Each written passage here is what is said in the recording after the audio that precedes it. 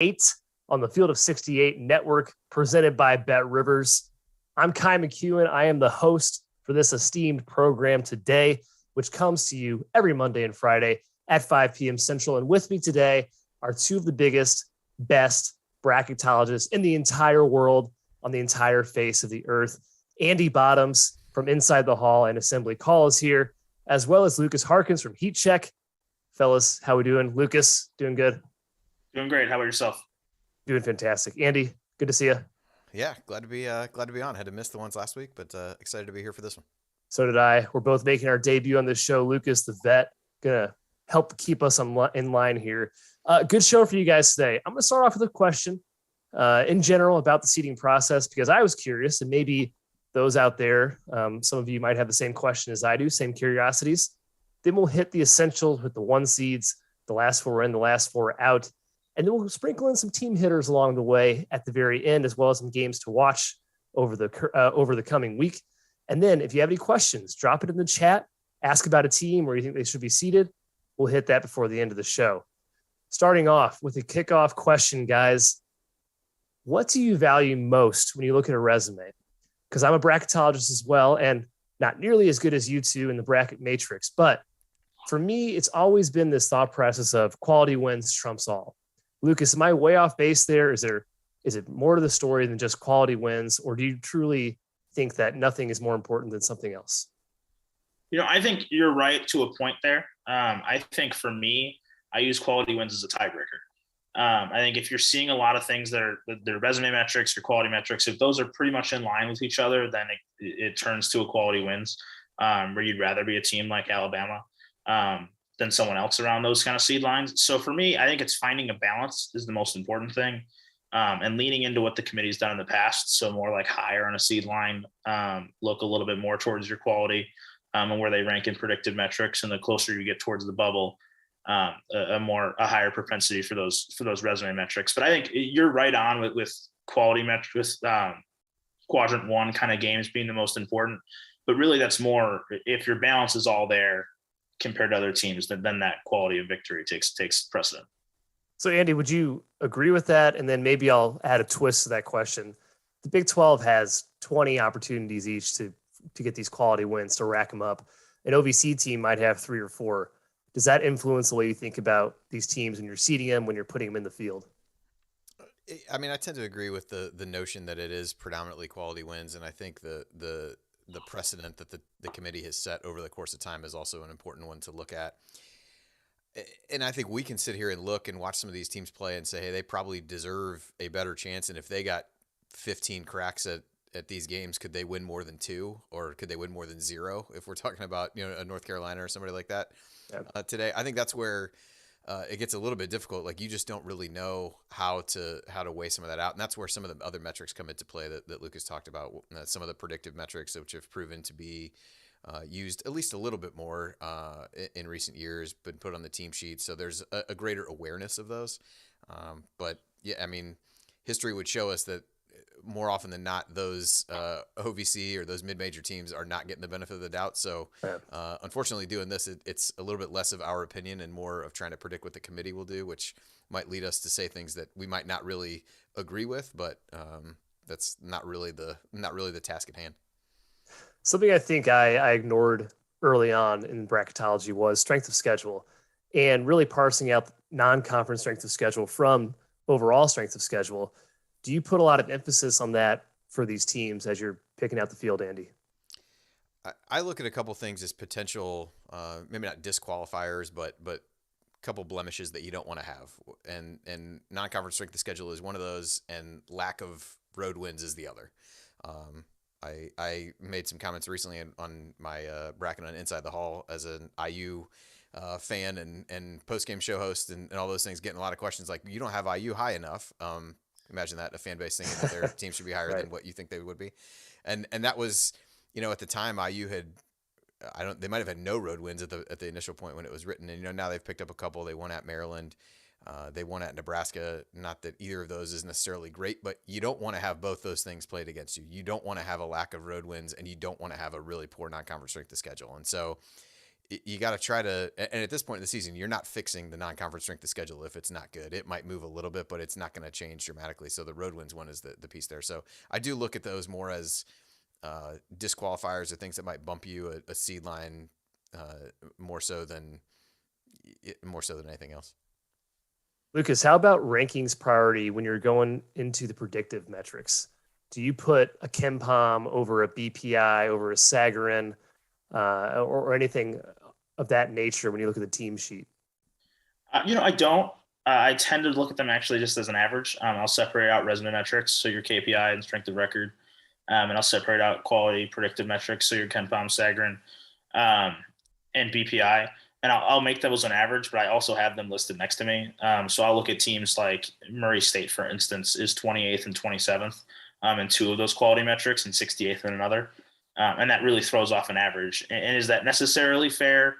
Probably not. So I think I throw out more outliers than I do necessarily prioritize one over the other.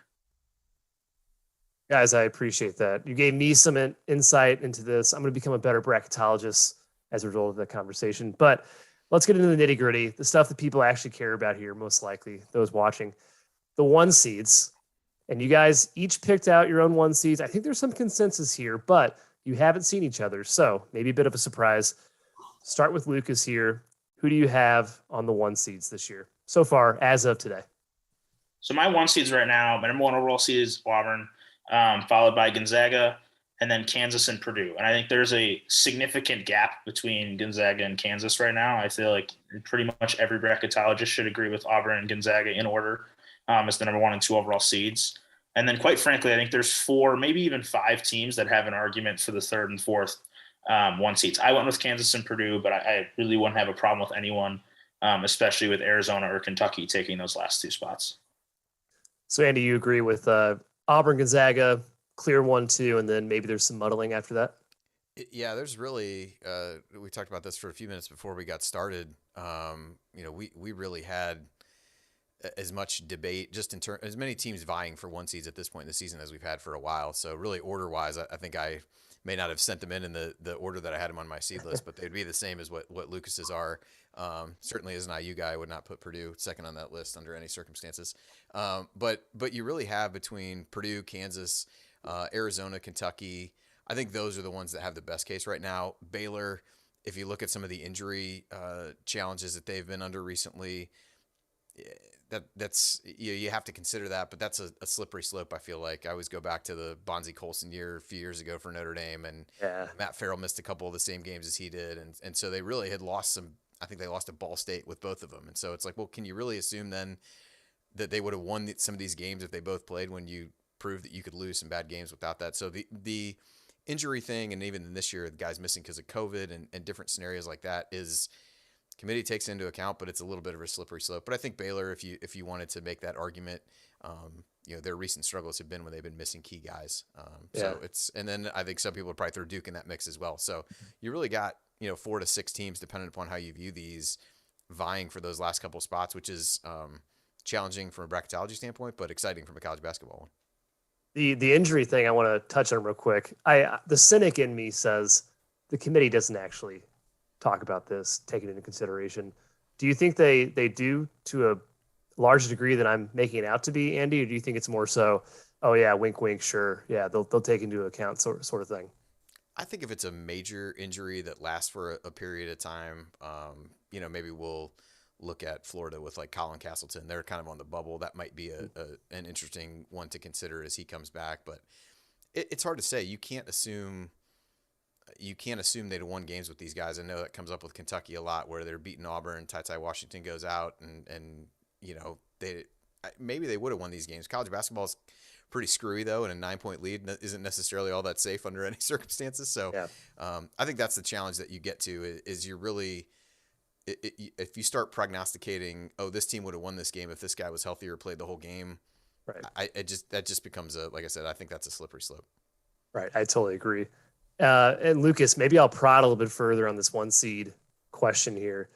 Why Purdue over a Baylor who has one more Q1 win?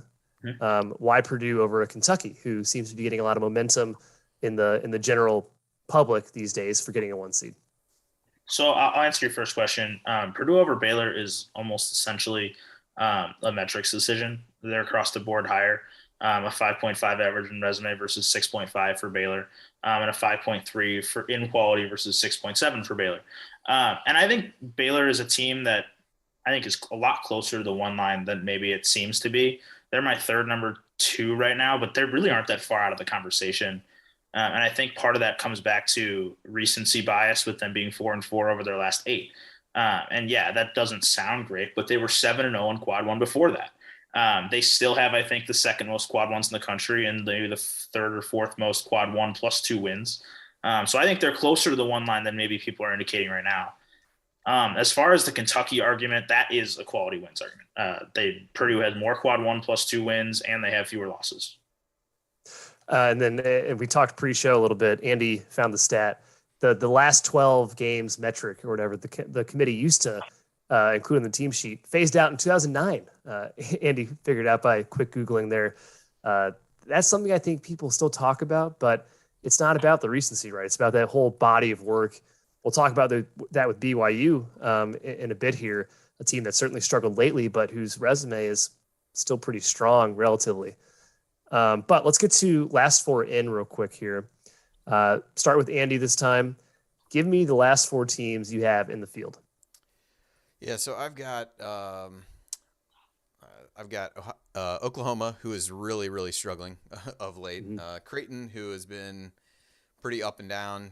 San Diego State managed to avoid what would have been a bad loss yesterday against Nevada, and then Florida in that spot. So I think, you look at Oklahoma, they're 2-8 in the last 10 games. And again, I know we just said that doesn't matter, but they're just really floundering, and they're in the field right now because they picked up some good wins earlier. But average resume metrics are in the 60s. They've got a loss to Butler. Sorry, Lukas. They've got, 6 of their 13 wins are in quad four. So, their early good wins have really fallen off, and their schedule coming up is absolutely brutal.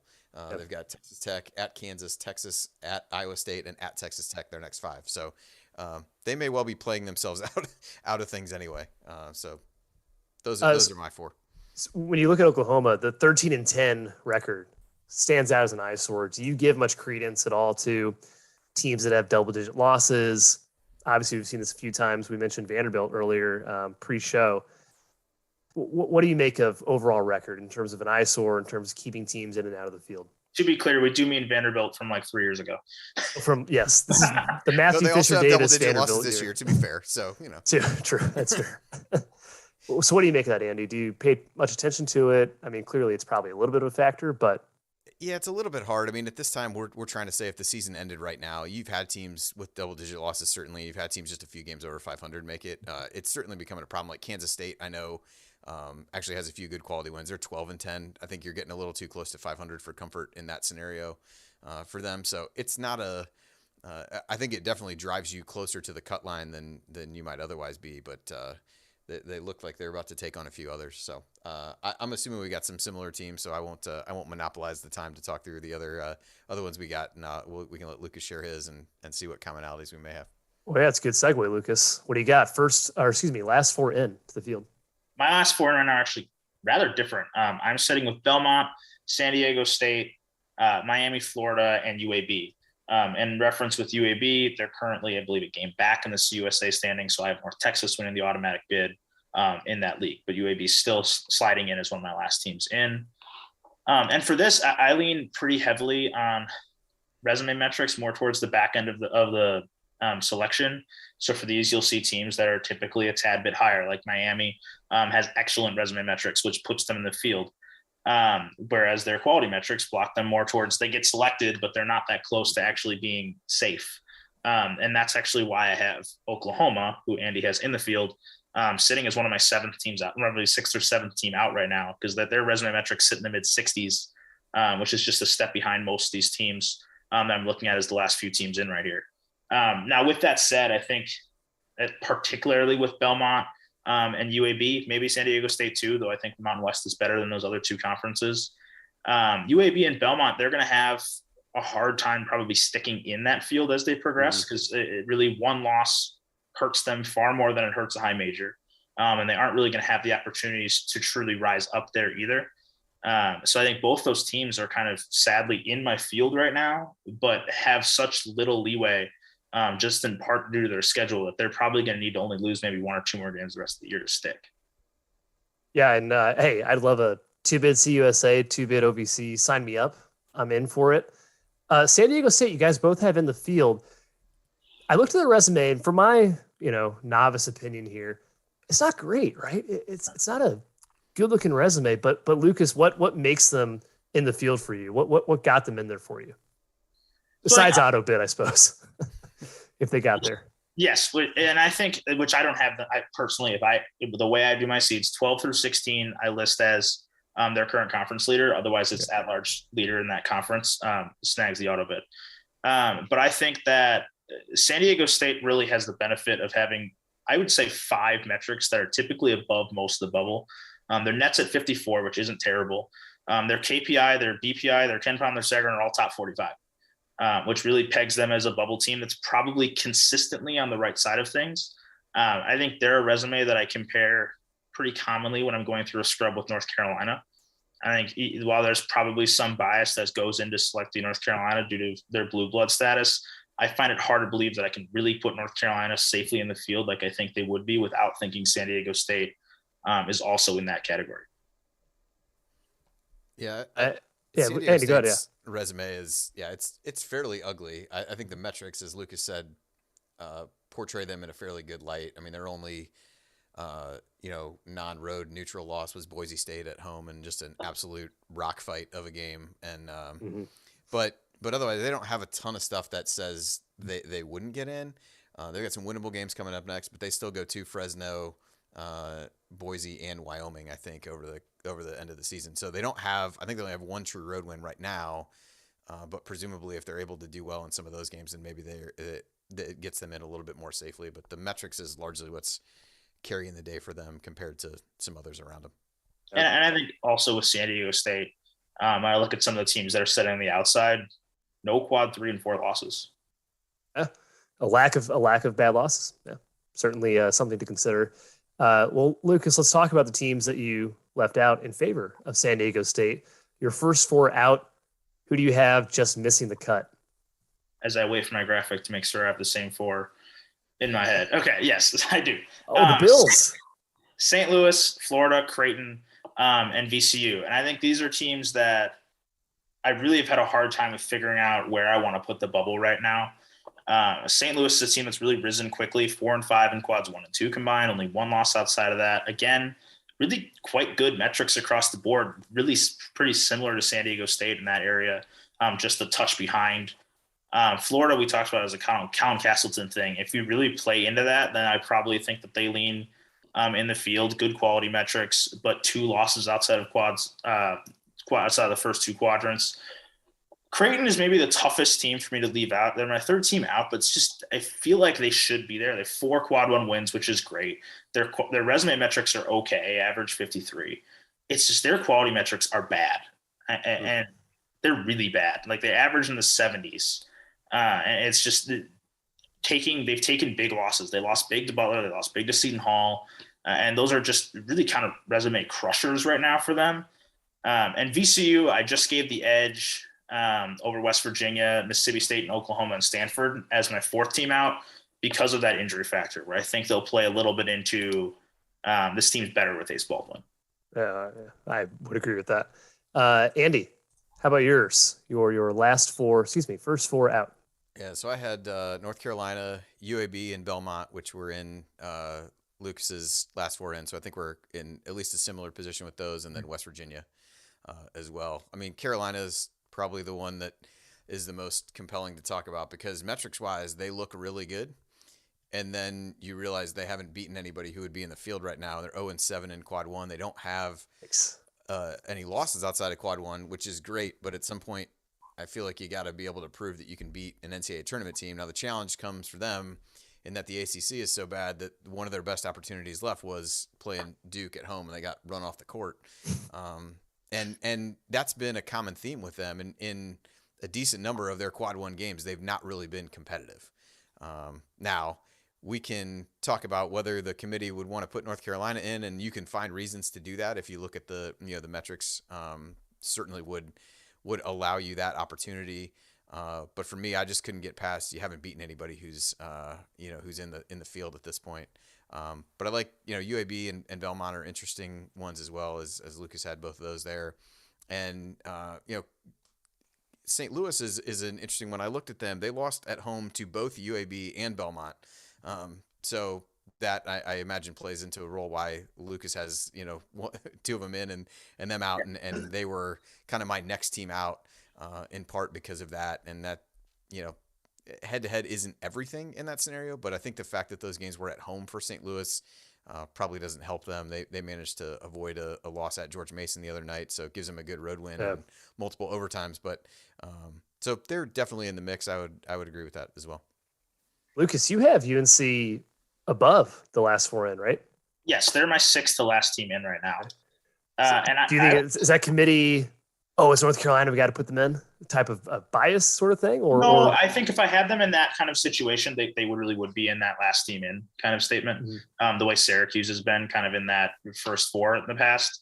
I don't really see that with North Carolina. I get all of the arguments that would be out, and really, if this was me formulating a bracket based on who I think are the best 36 at-large teams, they're probably not in my field, but that's not what bracketology is. And for me, it's projecting what the committee does. And in general, this is a holistic way of looking at bracketology over the last two seasons with the net and with all these analytics metrics on the team sheets. Over 85% of teams have landed within two seed lines of their just straight metric average. If you evenly weight resume and quality metrics, 85% of them, about 85, 87, rank within two seed lines of where they finish. And if you just straight evenly rank metrics right now, they're a 9 seed. And I think that's hard to there's some precedent there. There's at least some leaning towards having just great metrics will carry you so far. And I think that's where North Carolina pretty much sits right now. And combining that with having no bad losses, every single metric in the top 50, and I think they have some sneaky decent wins. I think Furman's not a bad win. Virginia, as much as they've struggled this year, isn't a bad win. Virginia Tech and Michigan are somehow still analytics darlings. So there's something to be said that North Carolina has enough average wins to go with great metrics and no bad losses to keep them in the field. Do you think, and there's a question in the chat here, do you think if they don't beat Duke this year, they don't get that Duke win, they could conceivably get into the field? I think yes, in part because they've really being 0-7 in quad one with no other losses, as much as that leads to they can't beat anybody good. Yeah. They also can't lose. They haven't lost anybody bad either. And if you look at the remaining schedule, man, they're probably going to enter the ACC tournament with 10 or fewer losses. And I think a team that has 20 or more wins and 10 or fewer losses is in pretty good shape. And they haven't exactly played like an easy schedule. They've lost to most of the good teams they've played, if not all of them. But they seem like a team ripe to make the tournament and probably be an underdog in the first round. Yeah. Oh, and win that first round game, I'm sure. Let's move on to some quick hitters for some teams specifically, and we'll hit some chat questions as well. But we wanted to bring up a few of these because there's some interesting scenarios here. And the first team we have to mention, guys, is Wyoming, because between you, Lukas, you, Andy, and our other two bracketologists on this show, Rocco Miller and Jonathan Warner, the seeding is pretty variable here for this team. Lukas, you have them down around a 10 right now. And correct me, guys, if you've updated this. While Andy, you have them hovering around an 8. Andy, I'll start with you. Wyoming's resume, what do you make of it? What made you put them on an 8 line, which might be a little bit higher than Lukas?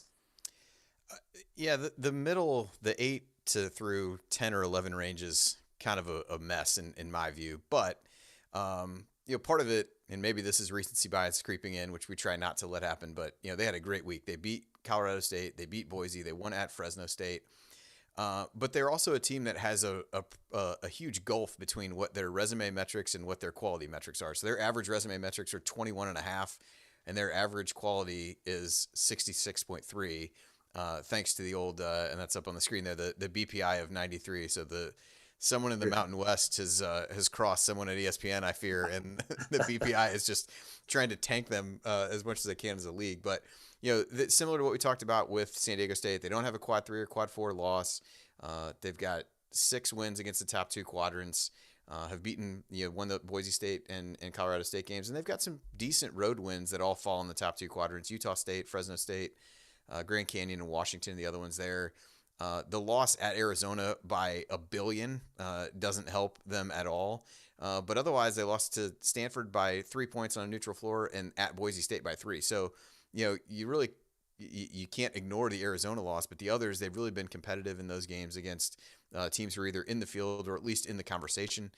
So I think you look at the resume piece, and this is where, I maybe weight it a little bit more toward that, but being at a 21.5 average there feels pretty good. So to me, they're safely in, but they're an odd team to peg just based on that gap between the two. So, Lucas, why do you think you put Wyoming slightly lower? We're splitting hairs here, obviously, when we get to this conversation between 8s and 10s, but why were you slightly lower on Wyoming, you think? Yeah, so I think Wyoming's a great example of how I do bracketology, actually, in general. Is I think I go selection first and then seed, which is how the committee goes about doing so too. And I think, to Andy's point, Wyoming 21.5 resume average and a 30 in the net, their resume absolutely says NCAA tournament team. And while I have them currently as my quick math, like 11th to last team in the tournament based on just straight S curve, they're probably safer than that. I think that they're in great shape to make the tournament right now simply because of those metrics, just like Davidson is in the same way. But Wyoming is second to last in quality metric average of teams I currently have in the field. Only Miami rates lower. So really, Wyoming's in good shape to make the tournament. But in terms of their seeding, I lean more towards how good that team is and how the committee will view how actually good they are. And I don't think that they're, as a person who's watched Wyoming a bunch of times this year, I don't think their quality metrics really tell the truth on them, but that's what's on the team sheet. Right. And I think that we'll see them probably underseeded relative to how good they are. And that's where I have them at the 10 line. It's just those metrics really drag them down. As I said earlier, I try to rule out outliers. And it looks like the BPI and Sagarin are outliers. But if you break it off into resume versus quality metrics, maybe KenPom being 36 is the outlier. So I really have to look at all those a little bit more evenly, where their quality metrics are all over the place, 93, 36, 70. The average is probably where they're going to lie in terms of the committee, and that's mid-60s, which is in the same category as a team like Texas A&M and Fresno State, are the teams that they're sandwiched around, which isn't great company. No, that's good perspective to compare where they are with those teams in general. And I assume the average committee member would probably shrug and take the average of those.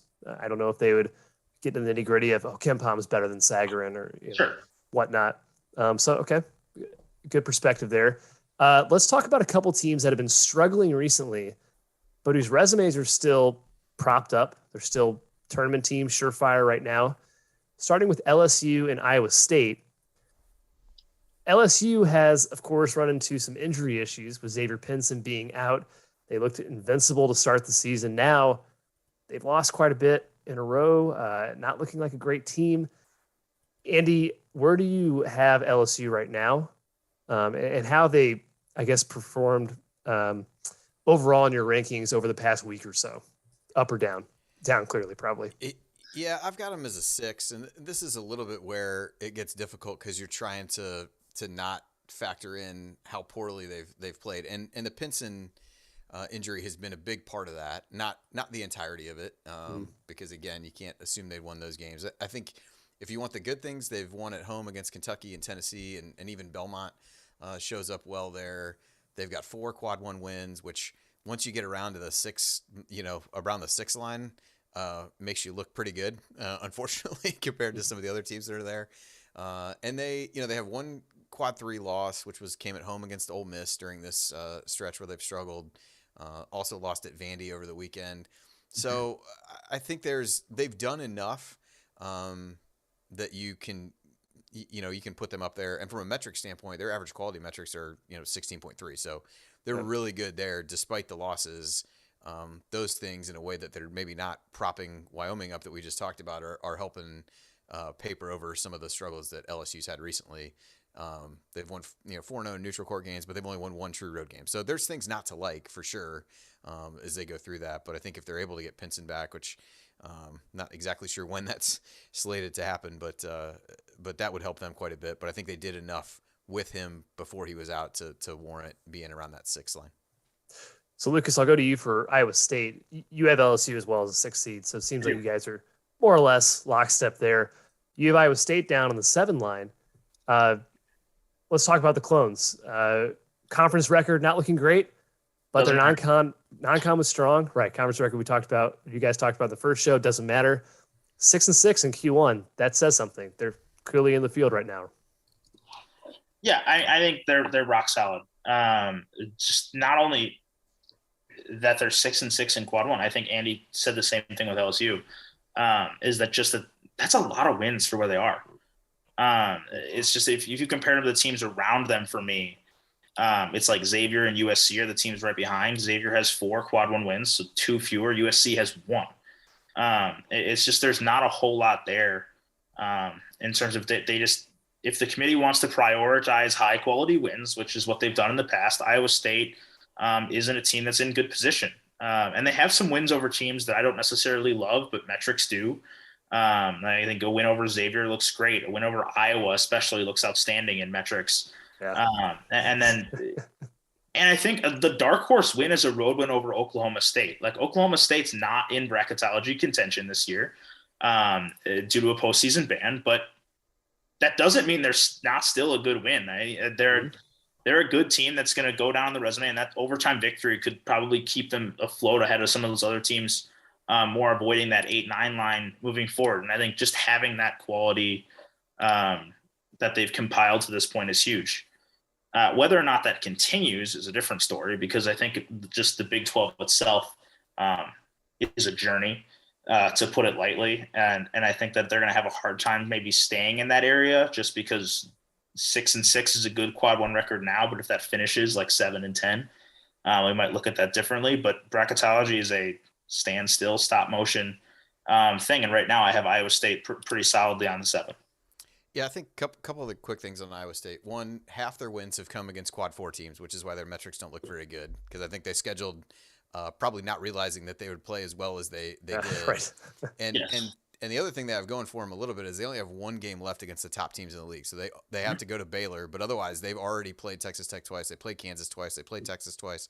So maybe there's a chance that they've taken on water lately based on how they've played against those teams. But it does. I mean, as Lucas said, it's a journey, but it does get a little bit easier. Yes. Yeah. And if you're going to speak on Iowa State, I will bounce back to LSU for a second. Yeah, good. Yeah. On LSU, I think that they're an example. I think of people getting caught up in how quickly metrics move outside of the top 25. I think it's really hard to move from, like, example, to go from 12 to 8 in KenPom is not easy to do. And the same is to go from 8 to 12. There's just larger gaps between teams than there are later as you go down metrics. Like, LSU right now is 16th on KenPom. They were 13th on KenPom a month ago. They really just haven't changed all that much in terms of quality metrics. And while you'd think they would, they just had built up such goodwill that they're in pretty good shape still because of that. Yeah, definitely. And so Iowa State, real quick, 5-13 in the Big 12. Doesn't matter. In 5-13. What's the worst conference record? Do we know? Do we have a stat on this? I should have asked before the show. I would say I used to have it. I'm trying to think what the most games just even under 500 somebody's been. I think you've had teams maybe be. I want to say maybe there's been somebody who's been like 8-12 in the league get in before. Or something like I'll say if Iowa State only wins 2 more games the rest of the regular season, they're going to be in trouble. 18 wins. Yeah, I'd probably need 3 or 4 maybe. You mentioned Iowa real quick, Lucas, and I know you want to get your hits in on the Hawkeyes here. You do have them the lowest out of all 4 of our bracketologists. You have them sitting at an 11 seed, despite the Hawkeyes' very high analytics right now. KenPom, they're a darling for some reason. The resume, not so great. What do you think about Iowa? Yeah, Iowa's breaking my own rule a little bit of staying within 2 seed lines of their metric ratings, because they would be a 9 based off that. But I don't really see the difference as maybe others do in Iowa and North Carolina. It's hard for me to look at North Carolina as a team that a lot of people have out, and I have them pretty close to being out, and think that it's that much different. across, like they have better quality metrics, but that's about it. I was 1-5 in quad one, which is not particularly good. They're 3-2 in quad two, also not particularly good. And they've played 7 of their games in quad four. I just don't love what they're doing. I think, yes, their quality metrics are awesome, and that's great. And I think that is probably going to lead to them being more towards where Andy and the rest of the guys have them. But I'm hesitant to believe that that's really where they're going to finish, especially with, I don't know. I just feel like they've played down to their competition a little bit recently with a double overtime win, lost to Penn State. They beat Minnesota, but not much. And I think they have games coming up, Maryland, Nebraska, where they're going to have to play well to keep those metrics up. Yeah. They're favored to beat Nebraska at home by 18 on Ken Pom. And as much as that's insane to some point, like if they win by 10, their metrics are going to go down. Like they've just put such high metrics carrying their resume right now. And there's enough games that those might drop.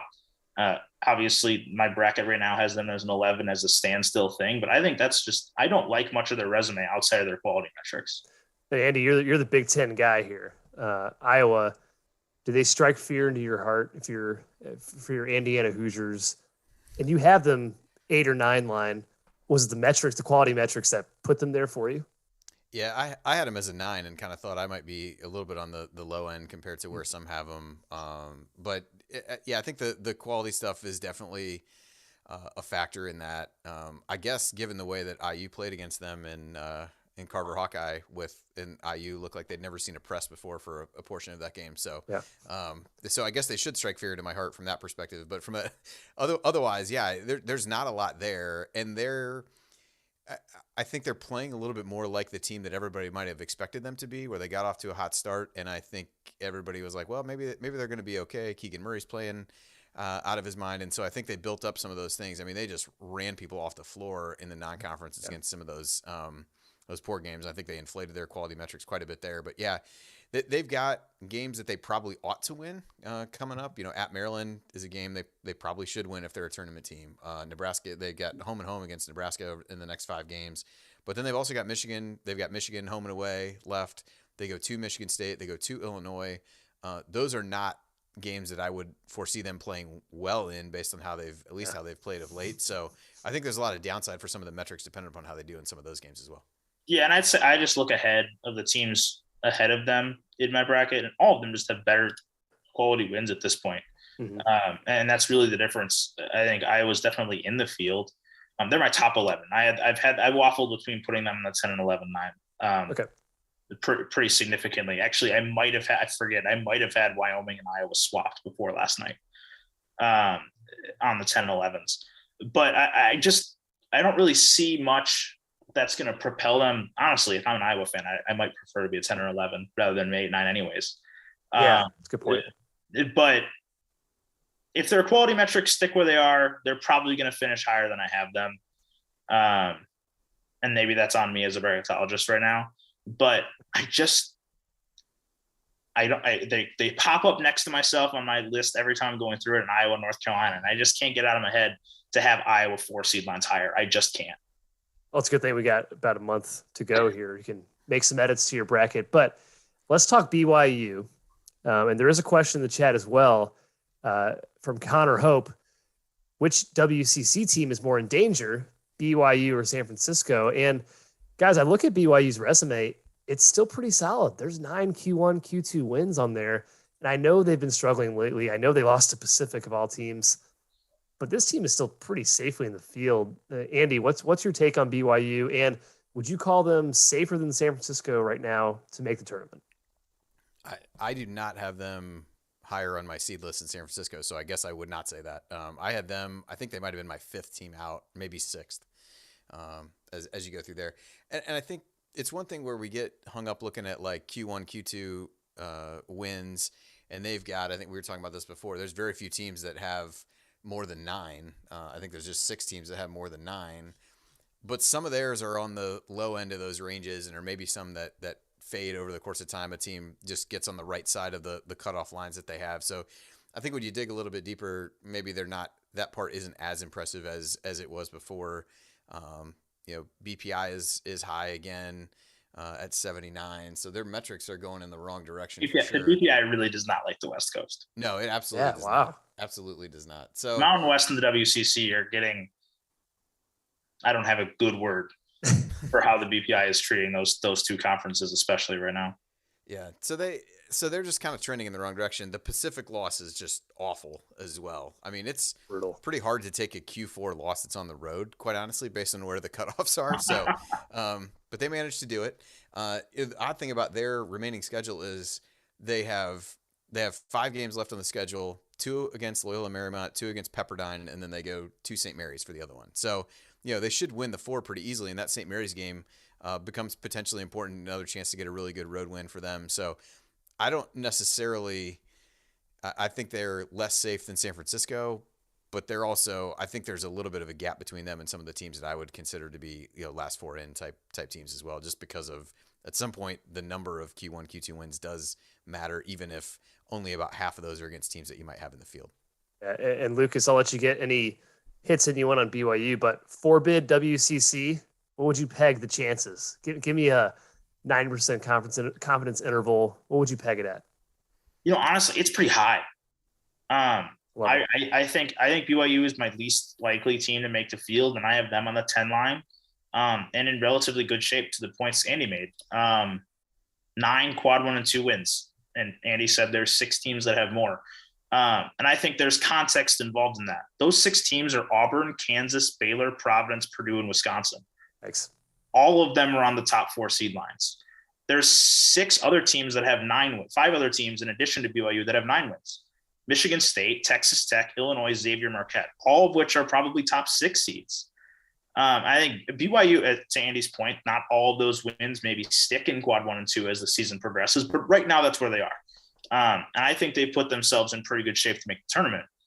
Gonzaga is obviously a lock. I think St. Mary's is a lock. I would have a hard time seeing them fall to the tournament right now. I have them on the 6 line, and their metrics are just through the roof right now. San Francisco, I think I have on the 8, and I think they're in pretty good shape. I think BYU is just has those quality wins right now.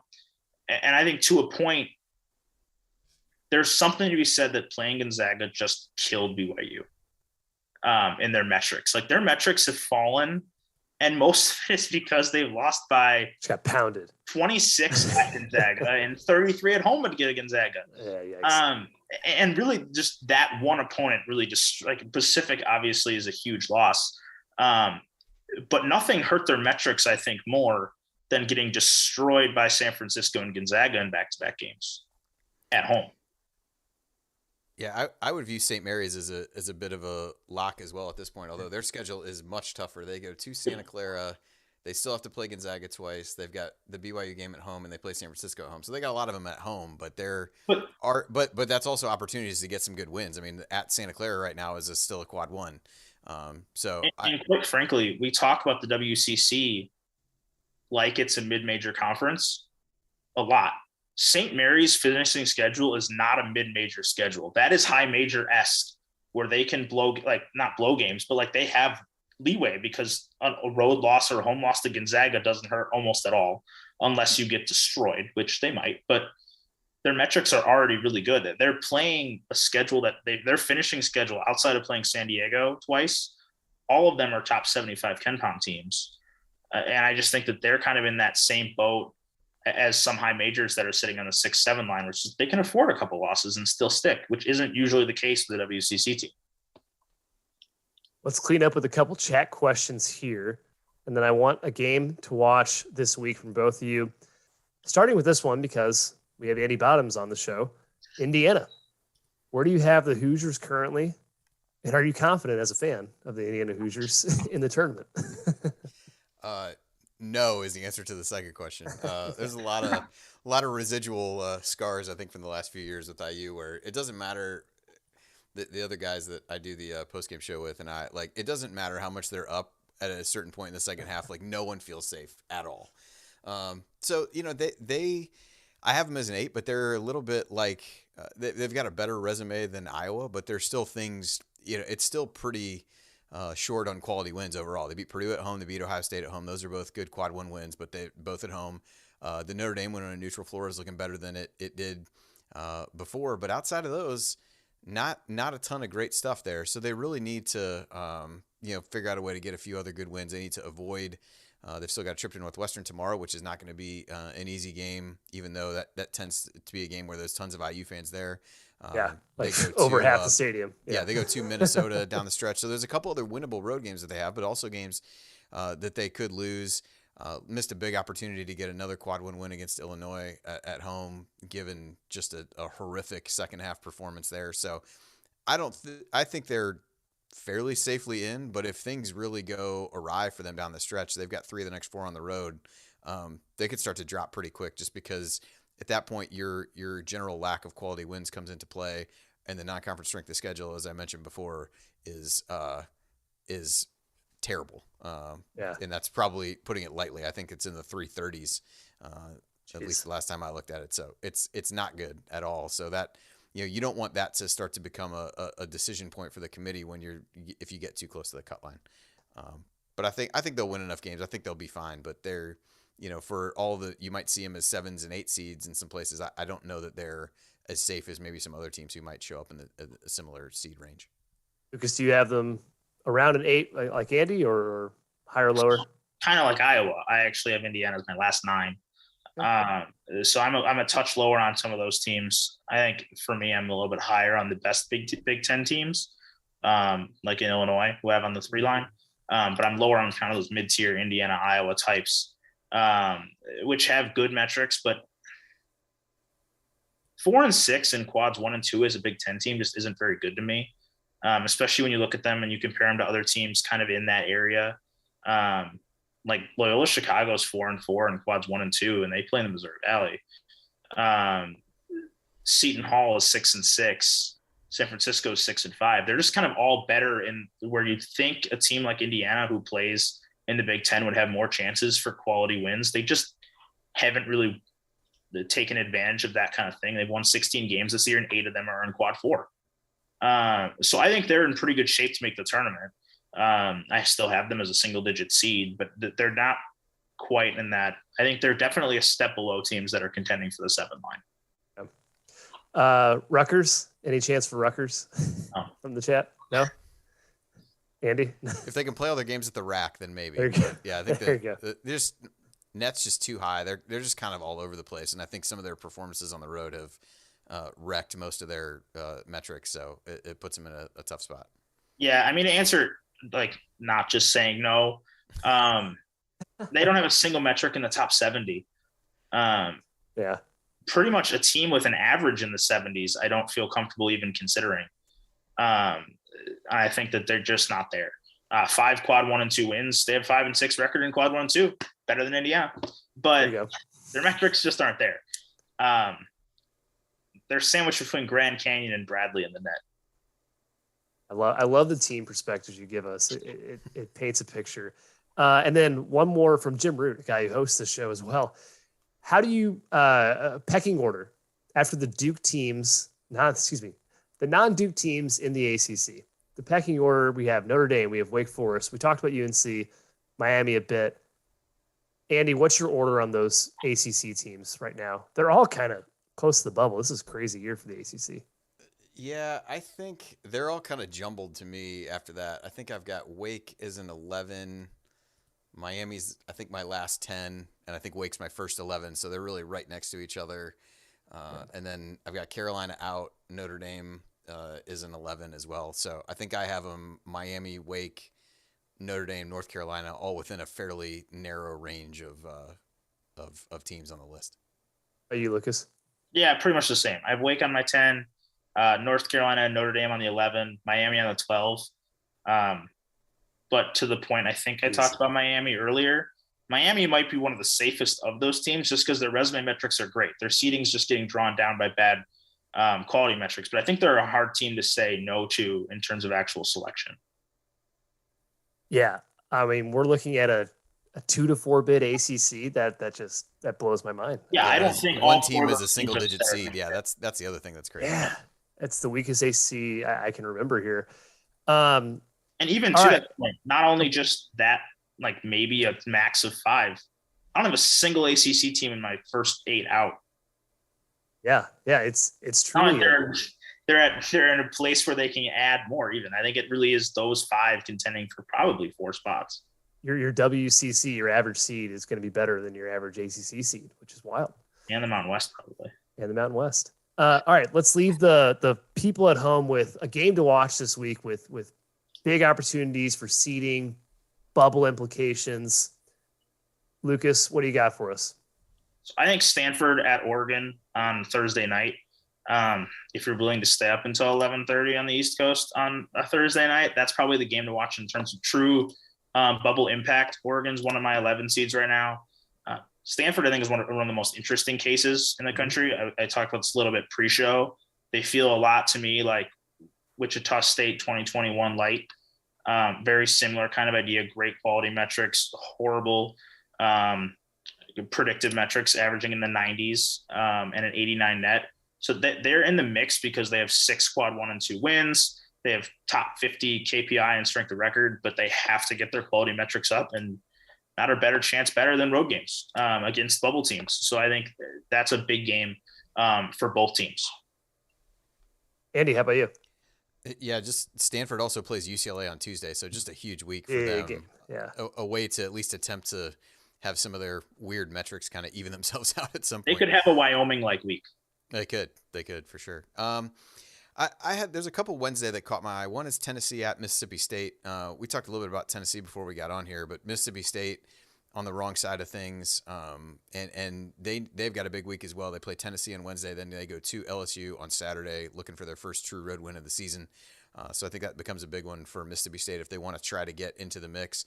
And then for Tennessee, that would be a solid road win. Their resume is, the metrics are all really good. And then you just kind of look at what they accomplished, and it's like, okay, fine. Nothing really blows you away. And then the other one Wednesday, Texas Tech at Oklahoma. Touched on Oklahoma earlier. They're really reeling. Would be a good chance to get another quality win at home. And for Texas Tech, they're moving their way. They're in the protected seed range already, but would be a great road win for them. So one that's got some seeding implications for them and some how do I stay in the tournament implications for Oklahoma. Yeah, that OU Stay in the tournament? You have Oklahoma in the field? I didn't notice that. Yeah, you did last 4 in. They're in my last 4. Ooh, I love the disagreements here. It's good. Hey, guys, it was a great show. Thank you for joining us, Lukas and Andy. Lukas and Andy and myself will be on a few more of these coming up throughout the rest of the month here as we get closer to the official selection show. Again, every Monday and Friday at 5 p.m. Central. And a special announcement, the official Fielding the 68 bracket will be released after the show on Twitter. Very exciting. The amalgamation, I say that right? Combination and the average of our 4 great bracketologists, all of their seedings going into one bracket for Fielding the 68.